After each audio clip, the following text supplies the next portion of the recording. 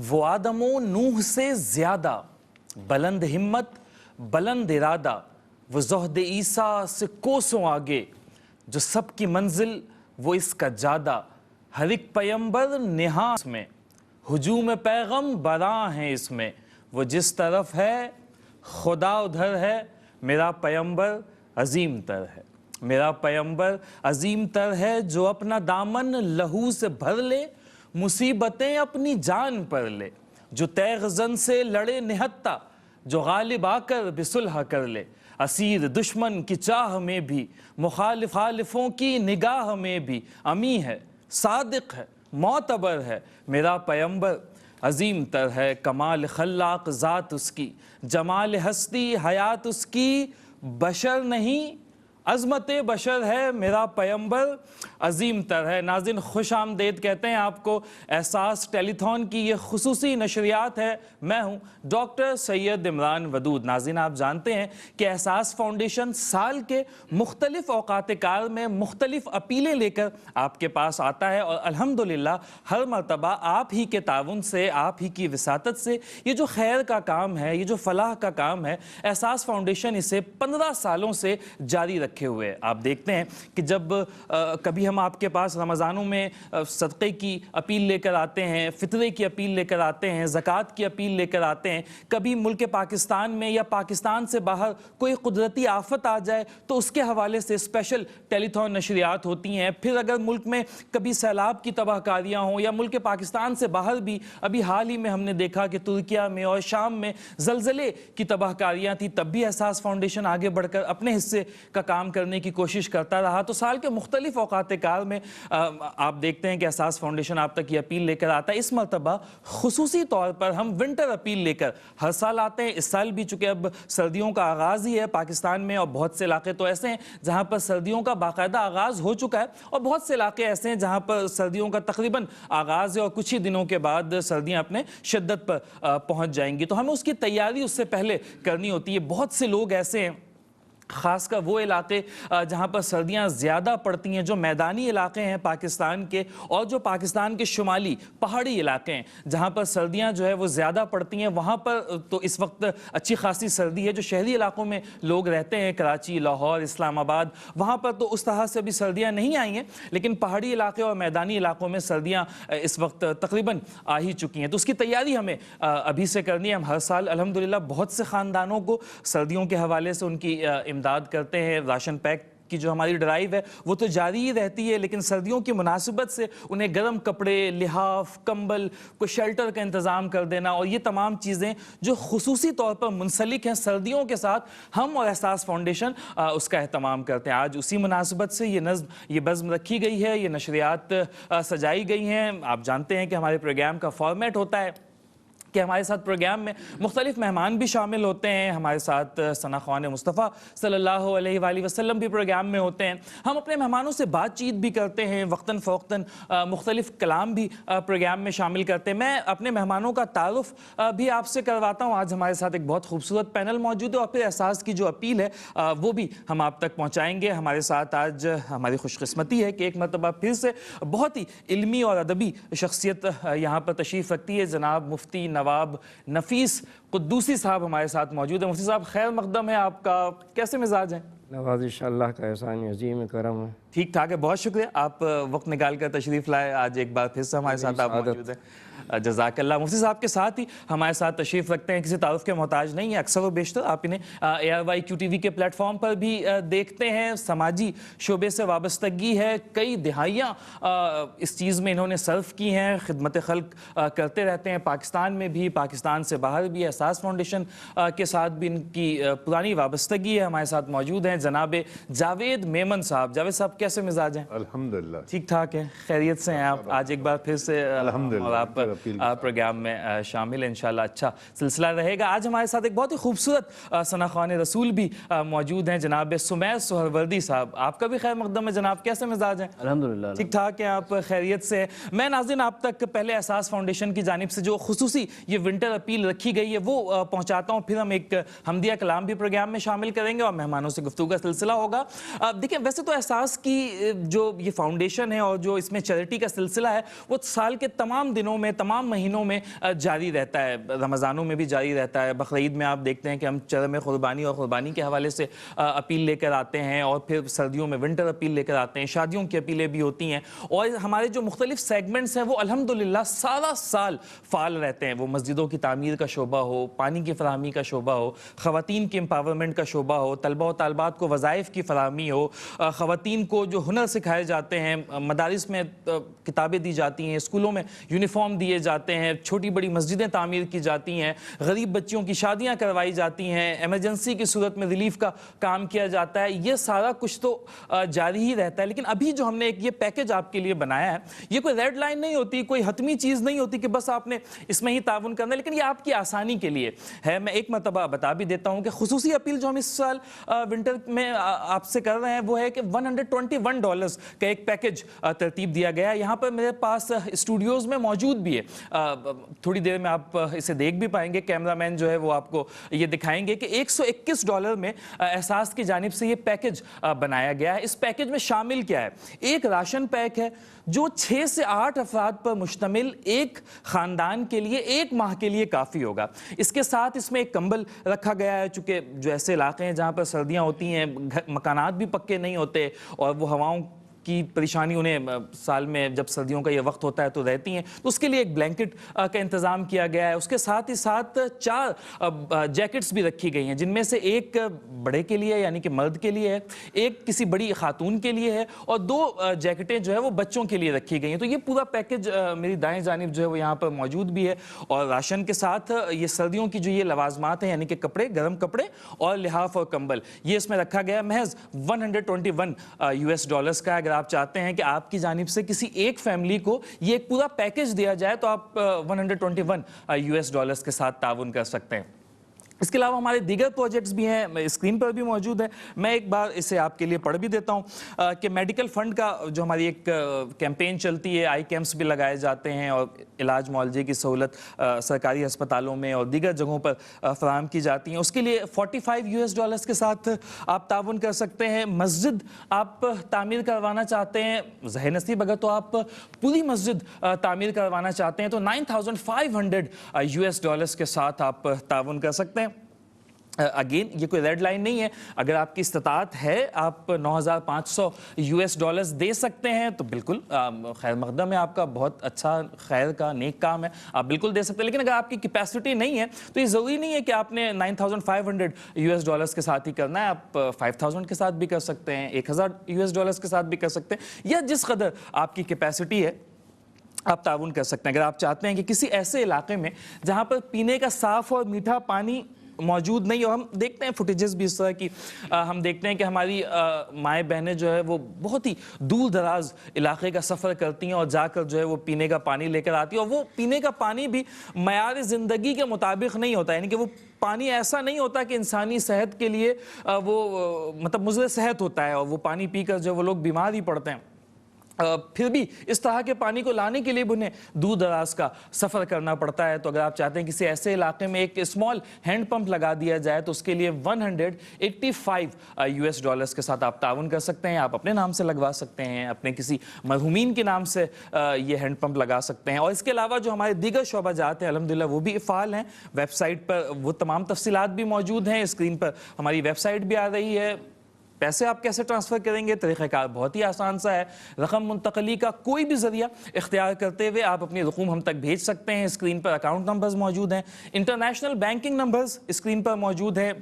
اس سے بھی آسان طریقہ، آپ ہماری ویب سائٹ پر جائیں گے، سامنے آپ کو پورٹل دکھے گا، اس پر کلک کریں، آن لائن ٹرانسفر کر سکتے ہیں، ویزا کارڈ ایکسیپٹیبل ہے، ماسٹر کارڈ ایکسیپٹیبل ہے، بینکرز چیک بھیج سکتے ہیں، آن لائن ٹرانسفر کر سکتے ہیں۔ آپ چاہیں تو ہمارے ہاٹ لائن نمبرز بھی اسکرین پر موجود ہیں، ہمارے نمائندوں سے بات کر سکتے ہیں۔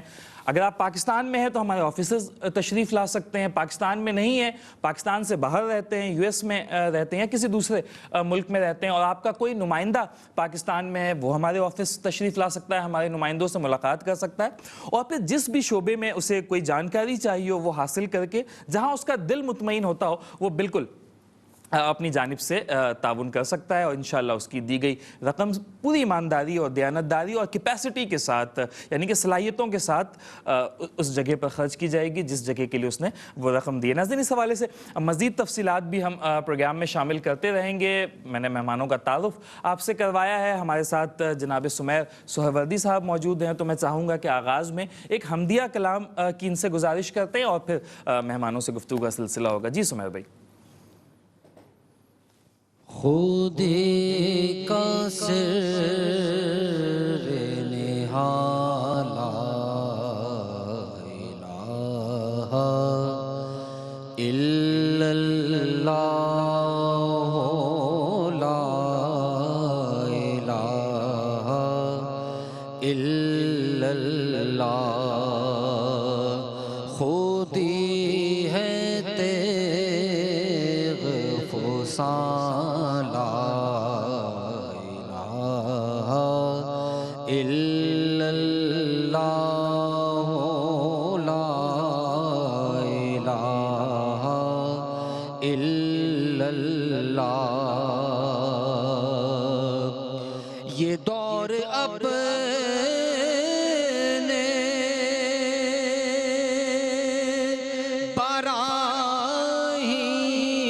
براہیم کی تلاش میں ہے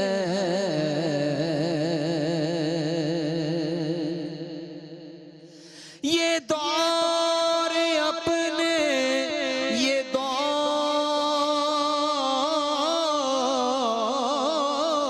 اپنے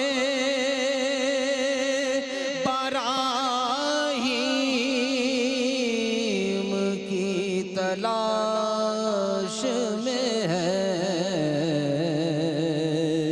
صنم کدا ہے جہاں لا الہ الا اللہ لا الہ الا اللہ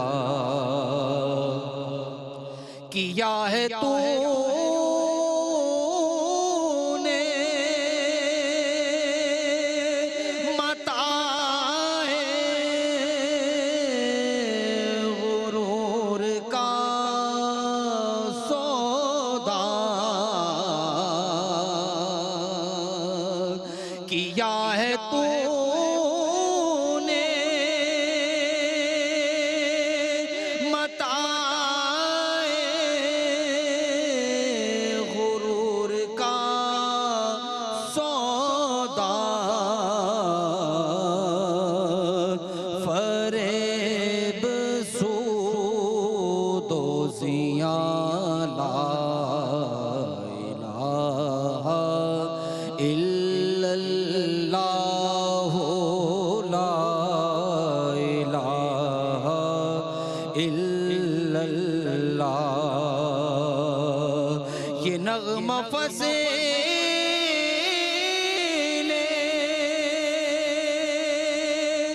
گلوں لال کا نہیں پابند یہ نغمہ فضیلے گلوں لال کا نہیں پابند بہار ہو کے خزاں لا الہ الا اللہ لا الہ الا اللہ اگرچہ بت ہیں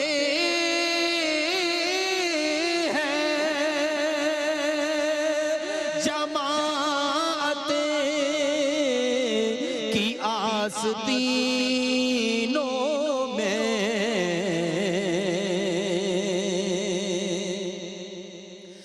اگرچہ بت ہیں جماعت کی آستینوں میں مجھے ہے حکم اذان لا الہ الا اللہ لا الہ الا اللہ لا الہ الا اللہ لا الہ الا اللہ۔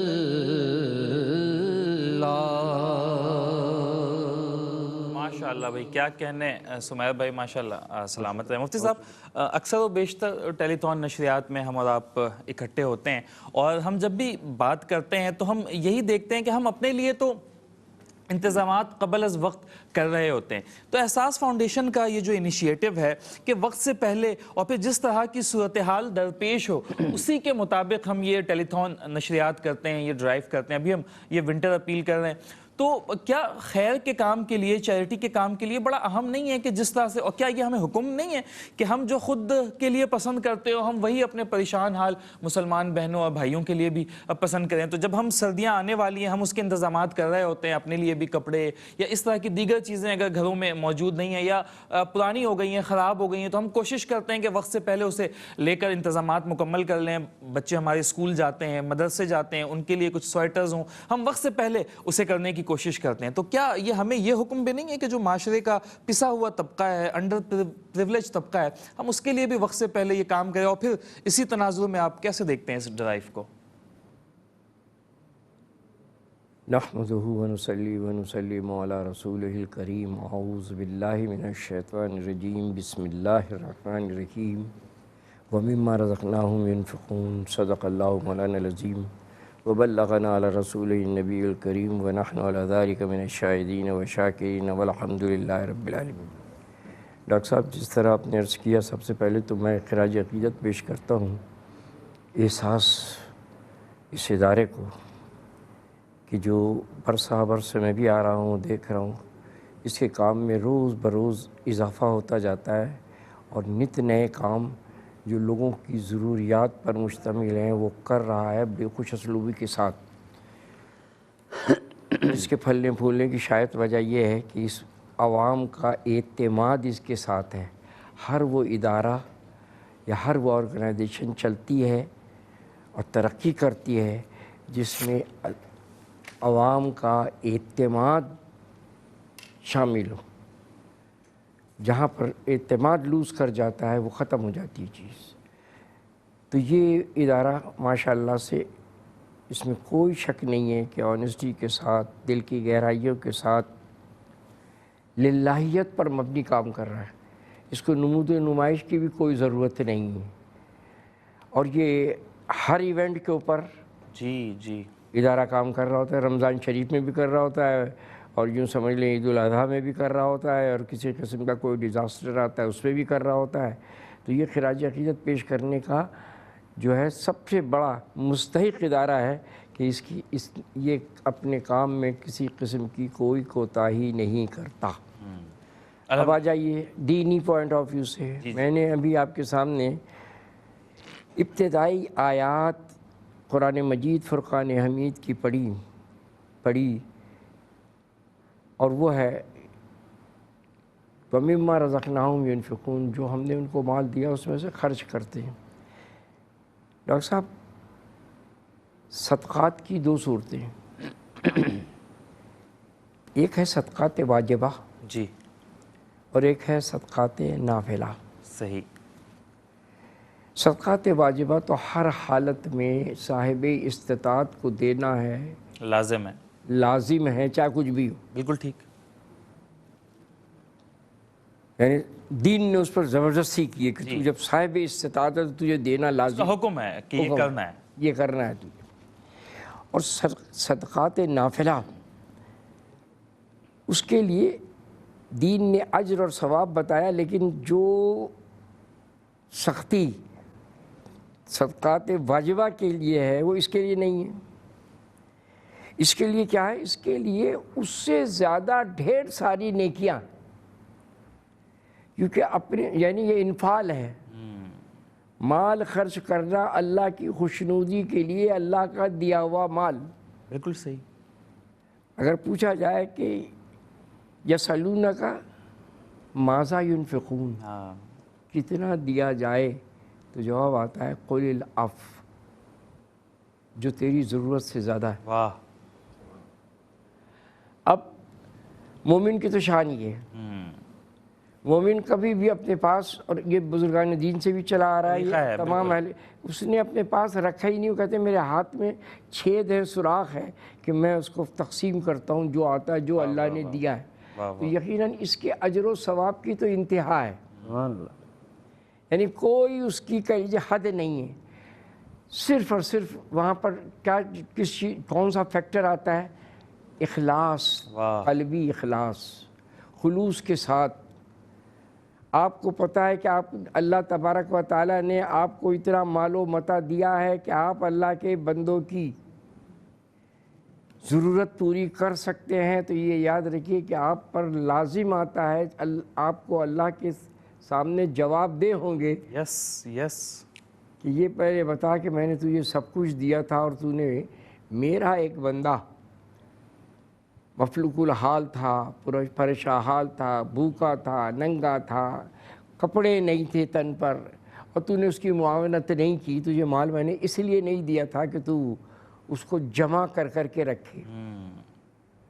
تو مال کا جمع کر کے رکھنا جو ہے یہ بہت بڑا عذاب ہے۔ بالکل ٹھیک۔ اس کا جواب شریعت مطہرہ میں ایک ایک پیسے کا دینا ہوگا کہ کس طرح تو نے باقاعدہ رکھا اور ضرورت مندوں پر خرچ نہیں کیا۔